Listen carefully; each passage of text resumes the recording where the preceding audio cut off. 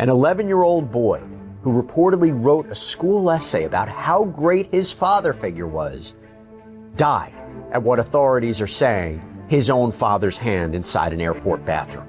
And now, as family and friends try to deal with his shocking death, investigators are taking a closer look at what was happening in the boy's life, his father's life, all that could help explain how this tragedy unfolded. Welcome to Sidebar, presented by Law and Crime. I'm Jesse Weber. 11-year-old Callan Perez is being remembered by his family as smart, funny, kind, and wise beyond his years. The California boy's short life came to a tragic end at a small regional airport in Nevada, and it was reportedly at the hand of his own father. According to a news release from Elko, Nevada police, they responded to reports of an active shooter at Elko Regional Airport on April 13th. And that is when they found 37-year-old Giovanni Perez dead from a self-inflicted gunshot wound near a ticket counter. Traumatized witnesses directed first responders to a nearby restroom. And this is where they found Callan, this little boy, Giovanni's son, with multiple gunshot wounds. They rushed him to a hospital, but he didn't survive. And as investigators started looking into what happened here, they learned more about Callan and his dad and how they even came to be at this small airport. So Elko police say the father and son were traveling in northern Nevada, reportedly on their way to Reno, when their rental car broke down in the small city of Winnemucca. Now, Perez had the car towed to Elko. This is around 2 hours away in the opposite direction of Reno, according to Google Maps, where he had seemingly planned to rent another car. But for some reason, when the pair went into the restroom, that's when things took a horrific turn. Police claim the two entered the bathroom, came back out, then went back in again, and when Perez came out again, he was alone. And I'm going to get into what might have happened there and why that timeline of events, but a couple days after the shooting, police released an updated press release that said, quote, "Through the investigation, we learned that Giovanni claimed he was suffering from PTSD due to his time in the military. We are investigating what Giovanni did in the military.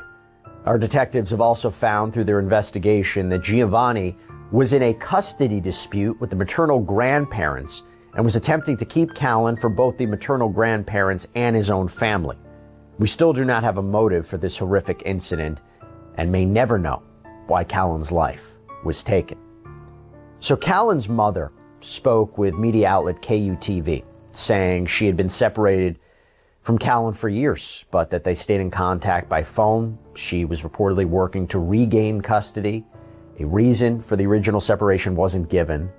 But according to what Callan's mom told KUTV, Perez had served 4 years in the U.S. Army as a cook and was then deployed to Iraq.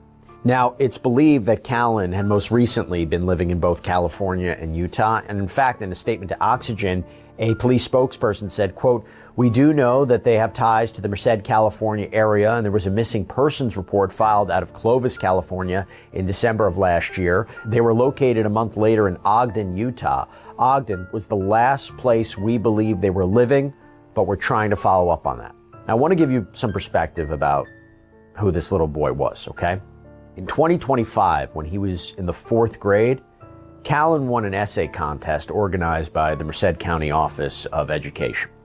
The county's website says there were nearly 100 submissions from elementary and middle and high school students, and the essays were meant to honor not only biological fathers, but also step-parents and grandparents and siblings or coaches who fulfill that role of a father figure in the student's life.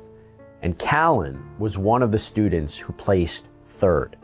However, to be clear, we're not entirely sure if Callan's essay was about Giovanni, Perez, or someone else in his life, but Perez's father and Callan's grandfather, Frank, posted multiple tributes to the two on his Facebook page, including one that said, "Giovanni, I'm so sorry I couldn't get you the help you needed. Callan, I'm sorry the courts failed us. Love dearly, missed eternally." Frank also asked for thoughts and prayers for Callan's younger brother, who was not on the trip. There's a GoFundMe that has been set up to raise money for Callan's family, and I just want to read you what it says in part. Quote, "There are no words that can truly capture the pain, confusion, and heartbreak we are all living through right now. Callan was so much more than this tragedy. He was incredibly smart, funny, kind, wise beyond his years. He had the biggest heart and the sweetest soul, not to mention a smile that lit up every room he entered. He deserved so much more life, so many more laughs, and a future that was stolen far too soon. We're asking for help to give Callan the farewell he deserves and to support his grandmother and the rest of the family during this devastating time. Please help us honor Callan's life and help with a legal fight that will be forthcoming to pursue justice in his name against a system that failed him and to give a voice to other children that are not being protected." All right, I want to bring on Tom Smith right now, retired NYPD detective, co-host of the Gold Shield Show. Hope everybody can check that out. It's phenomenal. Also did an amazing podcast with Julian Dory, by the way. Tom, these cases are so unique. They're tragic, they're awful, but they're also unique.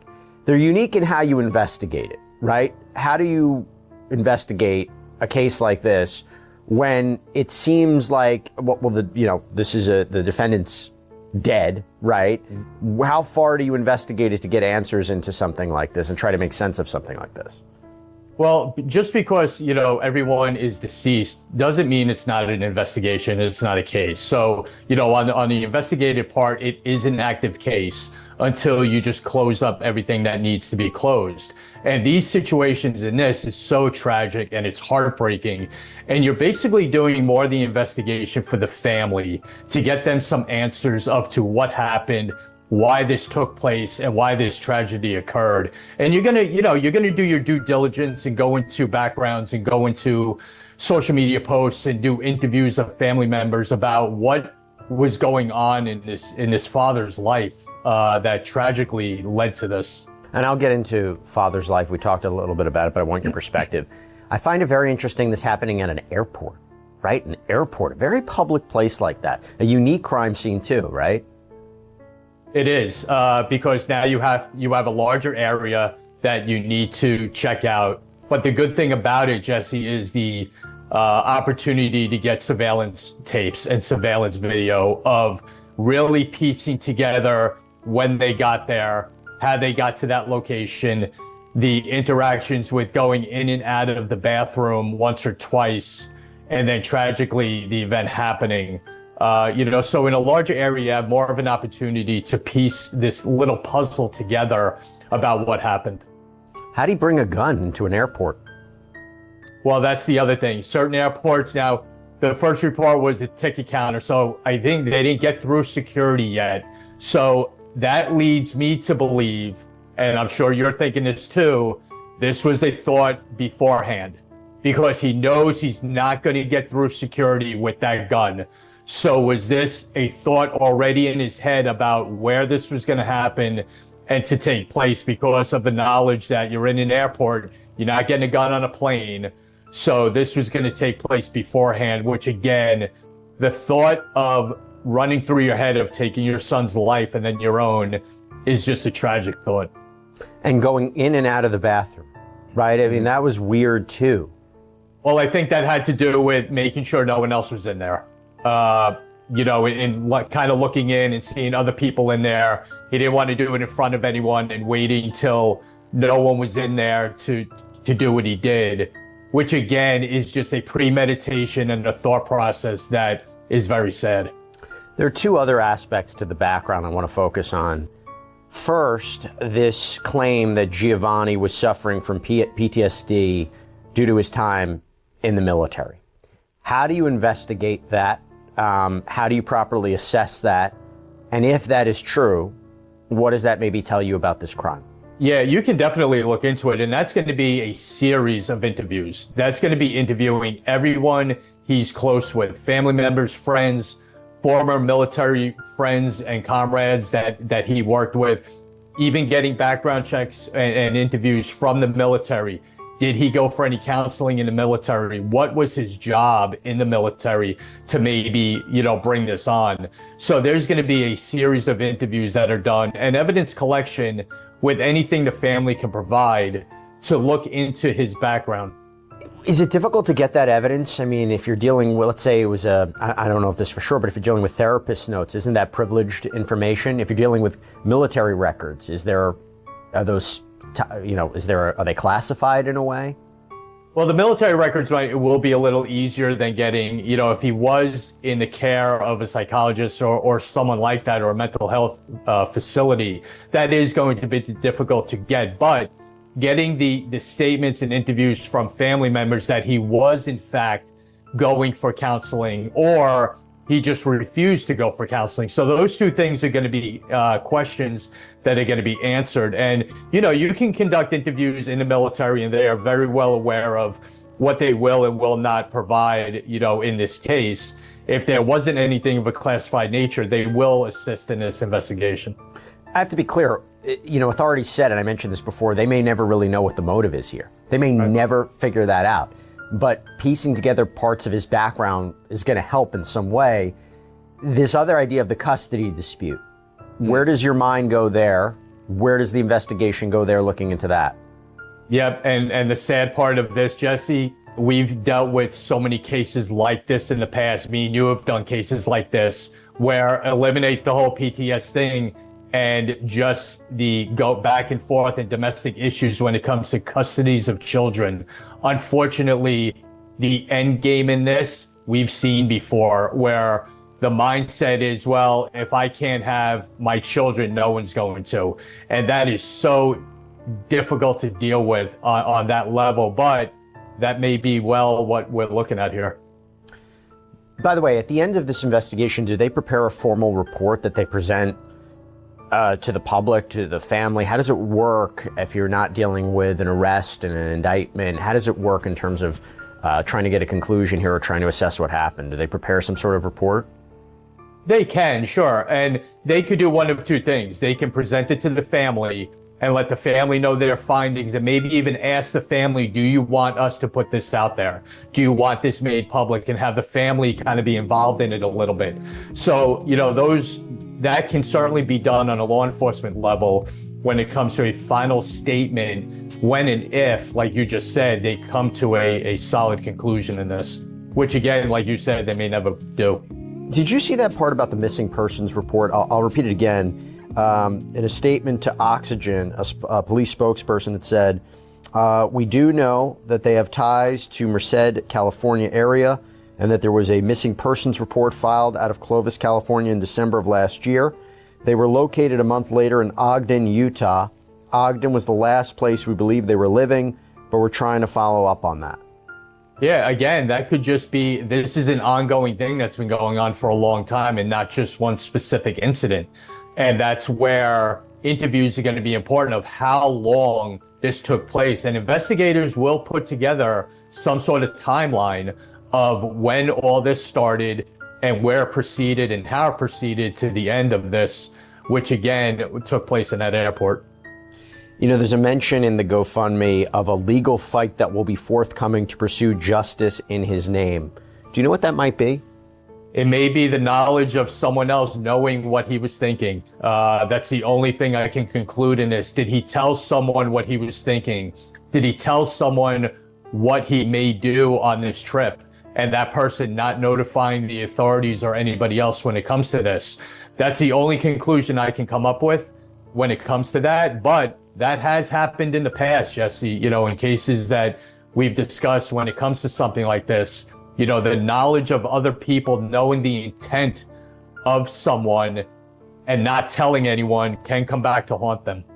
And I know that in these kinds of cases, you may want to go, I go back to Callan's grandfather statement, I'm sorry the courts failed us. There may be an incentive to try to go after the court system, to try to go after any kind of state agencies. That may be difficult in cases like this, right, from your experience? Yeah, it will be, but it's a fight I think worth doing, for this young boy's, memory and the family's resolution in this. Go after them. Anyone they think had a play in this and maybe dropped the ball or fell through the cracks when it came to the custody of this young man, and see where they can do with it. Tom, from a personal perspective, how does a family even move on from something like this? How do they even process something like this? How do they get a sense of closure? I mean, yes, maybe getting answers as to what happened here will help a bit, but they'll never really recover from this. How do they process something like this? These are the crimes that, you know, are separated from anything else. Yeah, they're very difficult, Jesse. To put yourself in their mindset and what they're dealing with in the situation that's in front of them, I can't even imagine. But you hope they have a strong family bond, that they can lean on each other and be there for one another and talk to professionals about it with moving on. But I think, again, a lot of this might be the closure of this and finding out the whys. But they're going to be on top of this. And I think just the closeness of this family, I don't know what their faith is, but maybe leaning on that as well. And also, by the way, law enforcement that responds to this crime scene, that sees this deceased child, I have to imagine that is incredibly difficult for those officers. And do they typically need some sort of counseling afterwards?